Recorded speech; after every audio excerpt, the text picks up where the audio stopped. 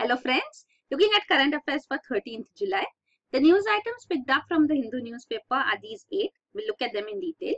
The first one, India-China trade talks deadlock. So apart from the border standoff, now we are seeing even the trade relations here. The trade talks which were scheduled between India and China, the officials on both sides were not able to come to a conclusion and the talks remained deadlocked.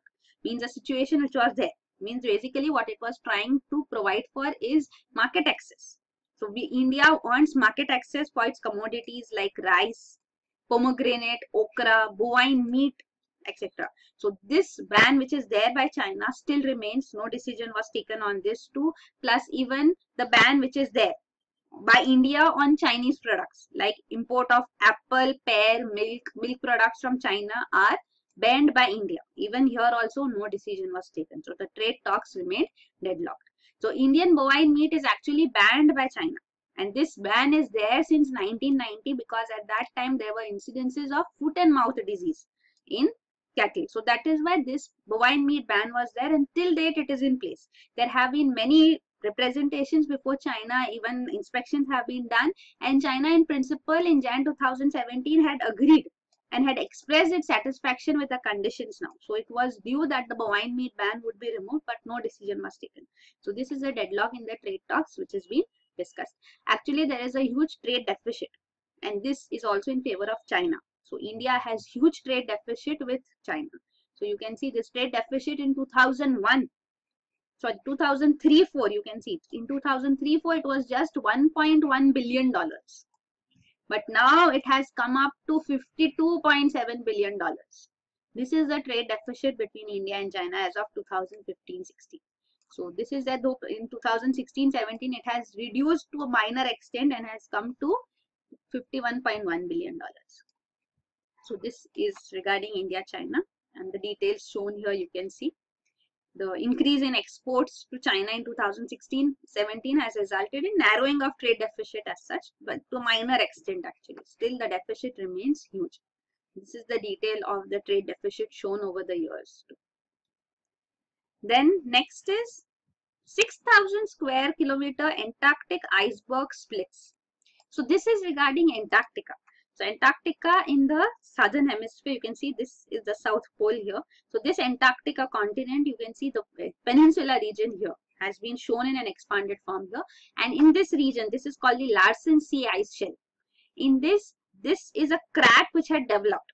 And the scientists had been observing this crack for long. So you can see the status of this crack over the years too, like in 2010, 2014, 16, in Jan 2017 too, it had reached till here. And now in July 2017, we get the news that this part has broken apart.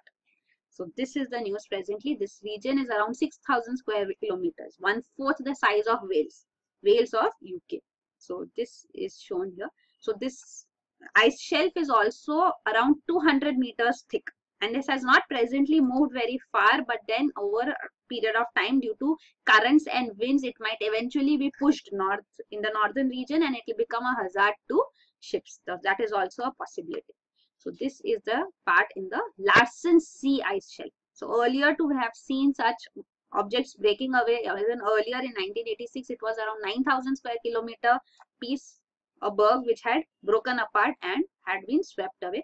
So this Larsen Sea ice shelf, as such, you can see it's a mass of floating ice formed by glaciers. So they have been flowing as such on the Antarctic Peninsula's eastern side. And there are other two nearby smaller shelves to Larsen A and Larsen B. Actually, they have already been disintegrated in around the year 2000.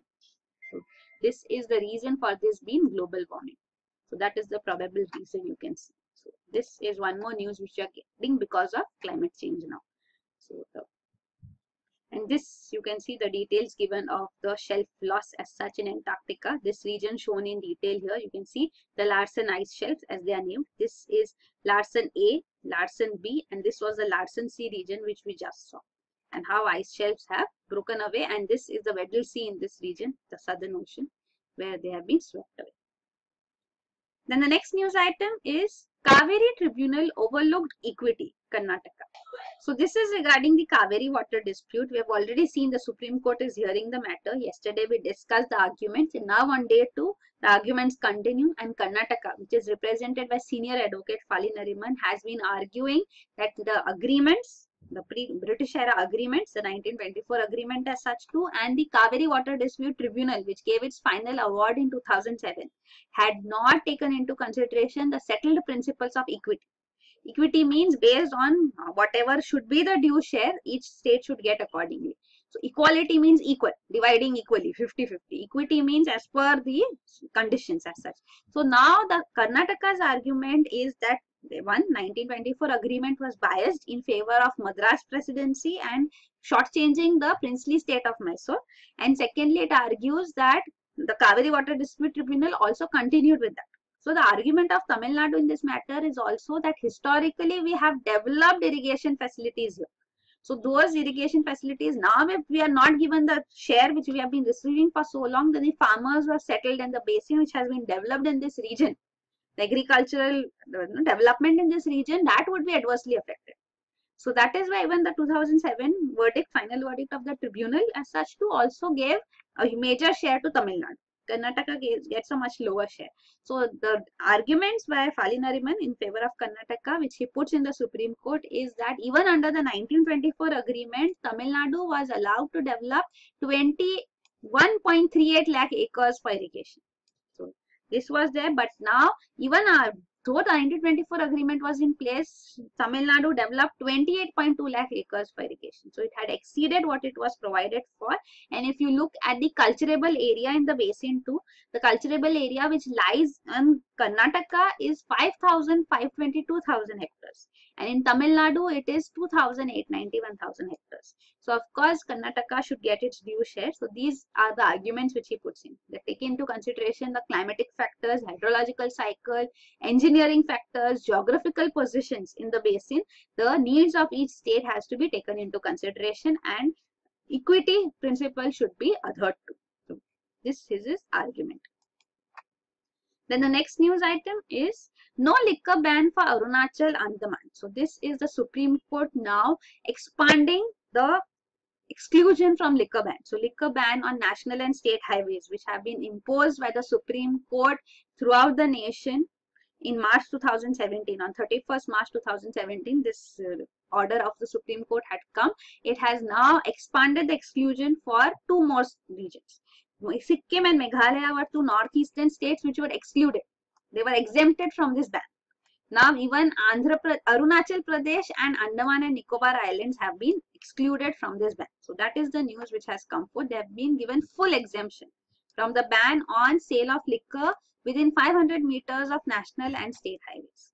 So this action has been taken. Even you should understand why Sikkim and Meghalaya were exempted. This full exemption was given because a large part of the region, 82% of their area was forest land, and 90% of its liquor shops would be closed if a ban is imposed on national and state highways. Even Arunachal Pradesh argues that around 80% of its roads are national highways. So that is the reason why this exemption has been provided by Supreme Court to these states and union territories.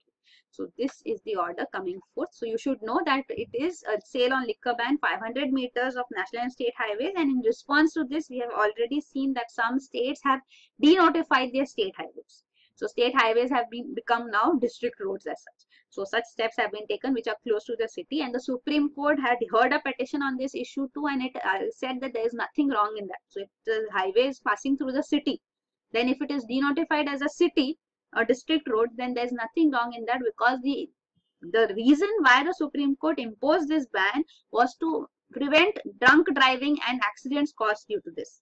And huge number of people die in these accidents. So this drunk driving and accidents cannot take place on a city road where there is huge traffic. So this is for highways. So there is nothing wrong in that, was the Supreme Court stand. If some region is denotified, a state highway been denotified. And also it had reduced this ban distance as such, 500 meters to 220 meters in those areas where the population is of 20,000 or less. So this has been there. Also it has stated that liquor vends, these liquor shops, should neither be accessible nor visible from the highways. So this is the ban.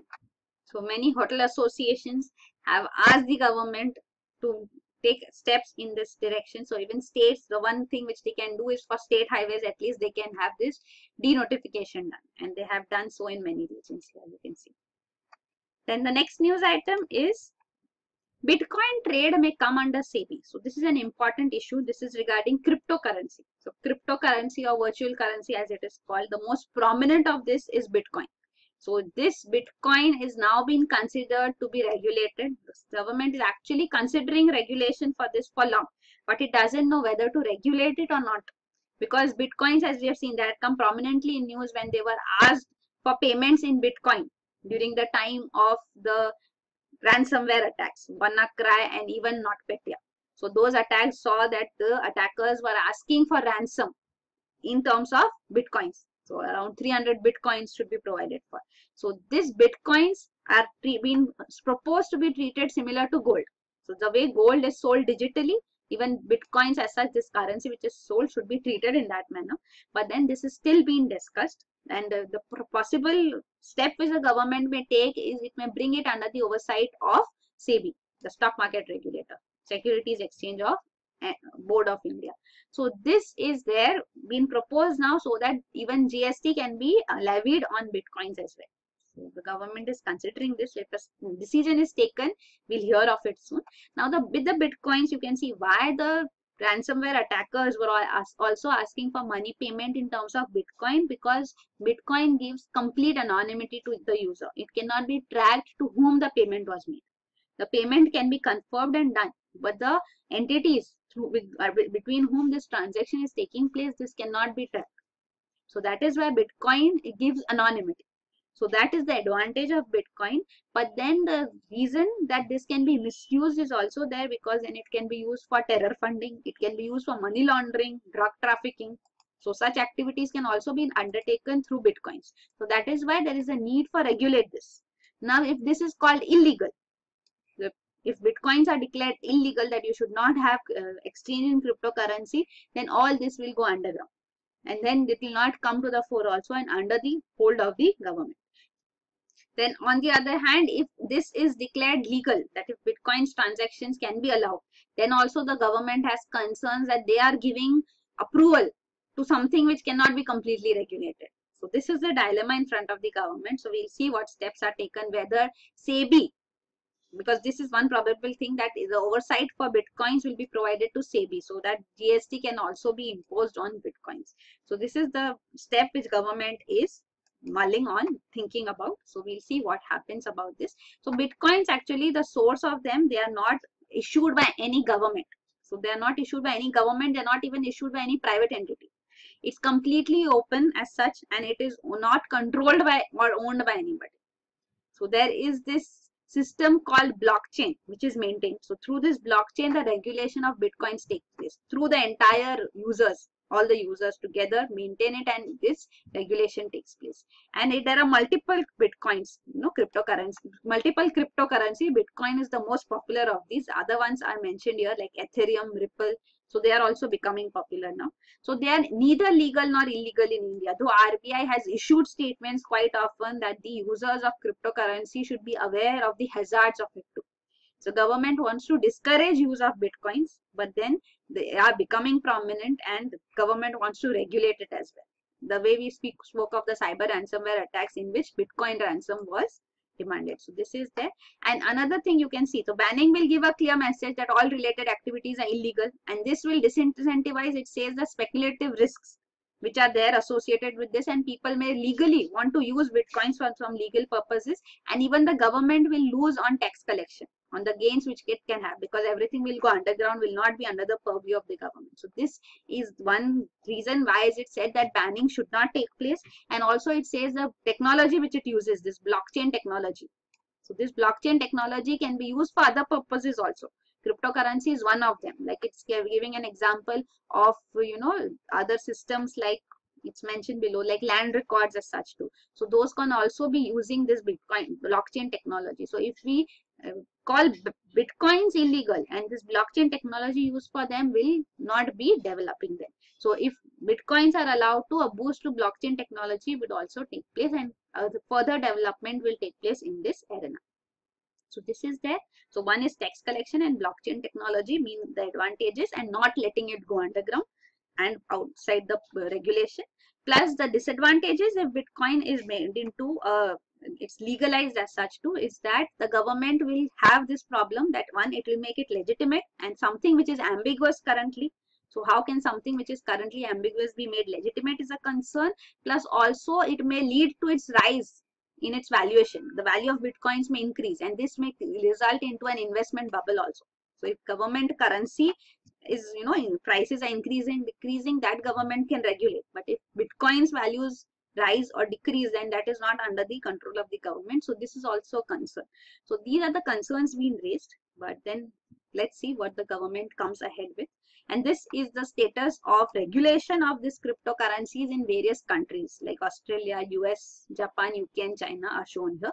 So they are classified as property in Australia and USA, as a legal method of payment in Japan, as again asset or private money in UK, and it's treated as a virtual commodity by China.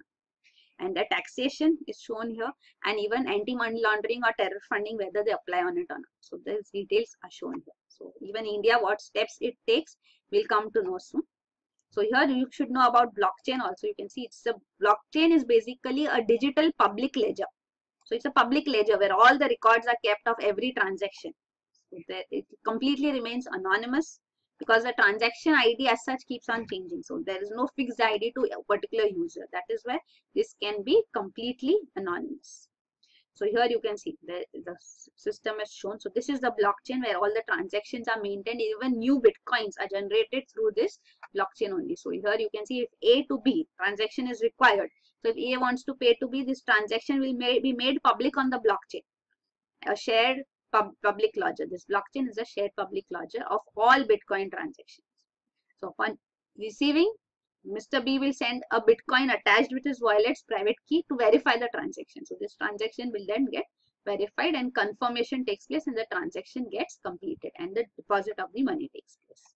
So this is the process. So you can see here what it says is the address can be changed with each transaction. So that is why there is no fixed address with each identity as such. So there is no way that the identity as such can be known. Then this is how the Bitcoins function. So there is something called mining also. You should know that Bitcoins are mined. How are new Bitcoins formed? They are mined. So there is this mathematical function which has to be solved, and everybody has a race to solve this mathematical function. And the miner who mines it first, who solves this mathematical function, it's cryptography, a code. So if this is decoded first, then that person has earned that Bitcoin, and a new Bitcoin is added into this basket. So that is how it takes place. So mining also takes place, and that everything is kept on this blockchain, the ledger as such, public ledger. So this is the decentralized peer-to-peer network which is available worldwide. So this Bitcoin exchange can take place, you can use it like the way you use virtual currency to other virtual currencies, like you use Paytm, etc. too. They can be used also for payment of various, it depends on its acceptability. So the more acceptable it becomes, the more valuable it becomes too, and its value will be determined accordingly. So this is there. So if any shop which accepts it, you can have transaction done through Bitcoins as such. This is there. Presently, even the value of Bitcoin is shown here. You can see the value of Bitcoin is around 60 grams of gold. Then the next news item is CPI inflation slows to 1.4%, IIP at 1.72%. So this is regarding consumer price index. So inflation is measured by consumer price index in India. So this, what is consumer price index also you should know. This is a price index, means it has a basket of commodities. And the average consumer price of these goods and services which are there in this, which are used generally purchased by households, by the consumers as such, are used to measure this CPI. So CPI measures the price change. So monthly values of CPI come forth. So from one period to next, what is the price change is calculated. So this is the price index as such. So here you can see it's generally used to measure inflation. Presently CPI in May 2017, the CPI measure as such was 2.18%. And now in June, next month, we are seeing the price has gone down to 1.54%. It has slipped below the central bank, means RBI's lower threshold level for inflation too. This is a fact which you should know about by now. We have discussed this quite often. So this central bank means RBI. Presently, RBI inflation targeting is done through Monetary Policy Committee. So this is a fact which is very old, which we have discussed quite often over the months. So here you can see the target which it has, the Monetary Policy Committee, which comprises of 6 members, 3 from RBI and 3 from the government. So what it plans to have is that it should target inflation. So its monetary policy as such means the repo rates, etc., should be determined in such a way that the inflation targeting takes place, that inflation remains within the comfortable level. So this inflation targeting target is 4% plus or minus 2%. So means it can be in the range of 2% to 6%. That is what it actually means. So the lower threshold is 2%. And as we are seeing, the CPI value has gone below 2%. So in May, it was near 2%, 2.18%. And now in June, we are seeing that it has gone below 2%, means it has gone to 1.54%.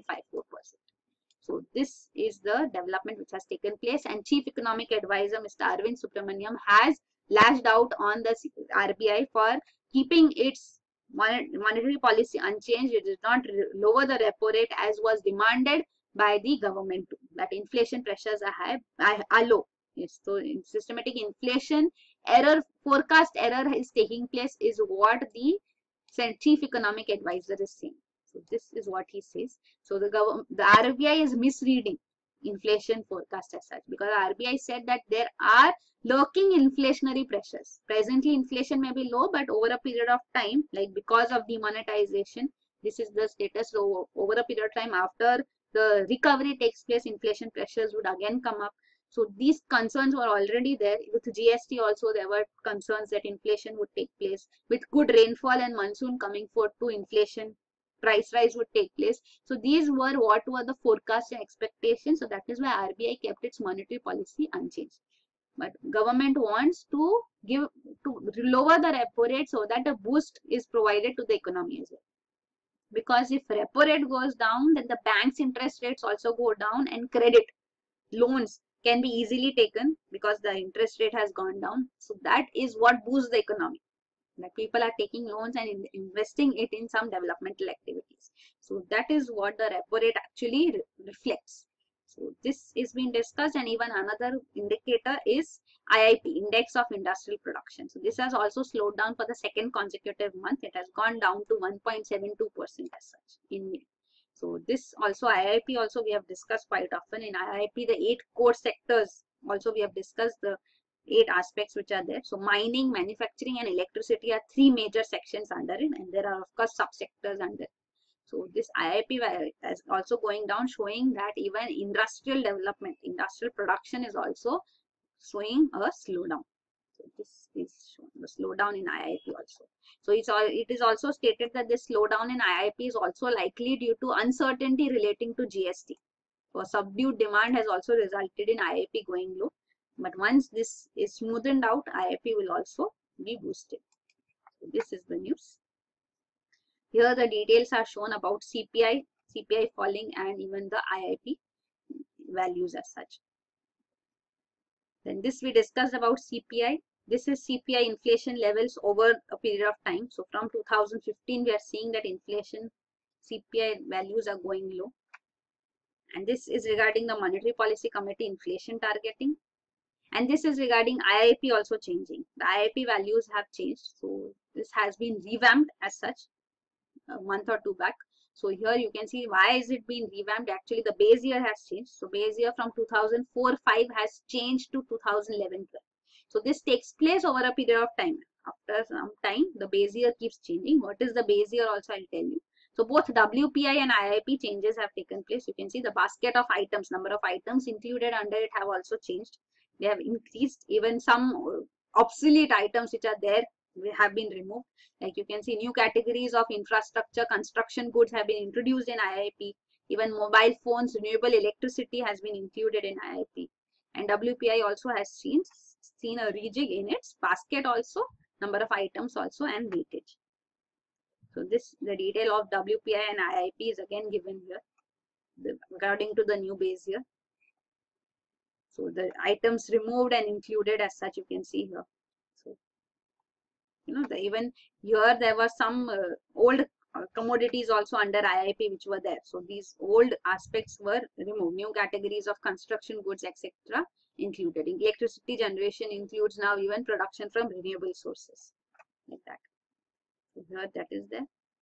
And this is the value of IIP, annual growth rates of IIP according to the old series and the new series. So if you see 2004-5 series, then this is the value presently, and if you look at 2011-12 series, this is the value. So if the base year changes, of course the calculation also changes, whether it's increasing or decreasing also changes. So here you can see what is the base year. So base year is a reference period. So means you want to calculate that whether a change is taking place, if there's an increase or a decrease. So a base year of one particular year is picked up, and this base year should be such that it is a stable year, a normal year. So it should be a normal year, a stable year, and it should not be very old, not too far away. So that is a base year which is generally selected. It's a fixed base, and then over a period of time, according to that, we see the changes. And generally there is always an increase because inflation also takes place. So we'll see in the current year, generally the values will be more, but they may decrease also, as we see in some cases. So this is there. Then the next news item is not for Bangladesh India JIN Pact. So the Indian cabinet has actually given approval for signing this JIN Pact. This is joint interpretive notes. So we already have an agreement, India-Bangladesh, an agreement on promotion and protection of investments. But then still there are gray areas about details under it. There's a need for clarity and interpretation required of this existing agreement. So for that clarity, this joint interpretive notes have been developed, and Indian cabinet has given its approval for signing this with Bangladesh. So this is the news. The interpretive notes, you can see, includes definition of what do you mean by an investor, what is investment, exclusion of taxation measures, who would it be for, what is fair and equitable treatment. So these terminologies have been decided upon together. Even MFN treatment, most favored nation treatment, what do each of these terms exactly mean? So this joint interpretive notes give the details of this, and these would be signed so that promotion and protection of investments, this agreement gets a boost. So this is the development. Then the next news item is the last one. Juno peers into the Great Red Spot. So this Juno is a spacecraft of NASA which was launched, you can see here, in 2011, and it has reached near Jupiter and doing a flyby. So there are around 12 flyby missions which have been planned, and one of them which took place presently gave the closest picture of the Great Red Spot which is there on Jupiter. So Jupiter is the largest planet in our solar system, and this feature, iconic feature on Jupiter, the Great Red Spot, it's actually a cyclone. So it's around 9,000 kilometers above the clouds of the cyclone that this Juno spacecraft reached and was able to get the closest look at this Great Red Spot. So it's actually this cyclone, a massive storm. It is around 16,000 kilometers wide, and it has been going on for centuries, and what is the force behind this cyclone is still not understood. Plus it is seen that over the years this is now dissipating. So it is shrinking. It has shrunk in the recent years as well. So the closest pictures of this Great Red Spot would also be coming forth soon. So this is regarding Juno, which was launched in 2011. So this is shown here. And this is the Great Red Spot. So it's bigger than the Earth also. And now presently it is shrinking now. So these are the news items. Thank you.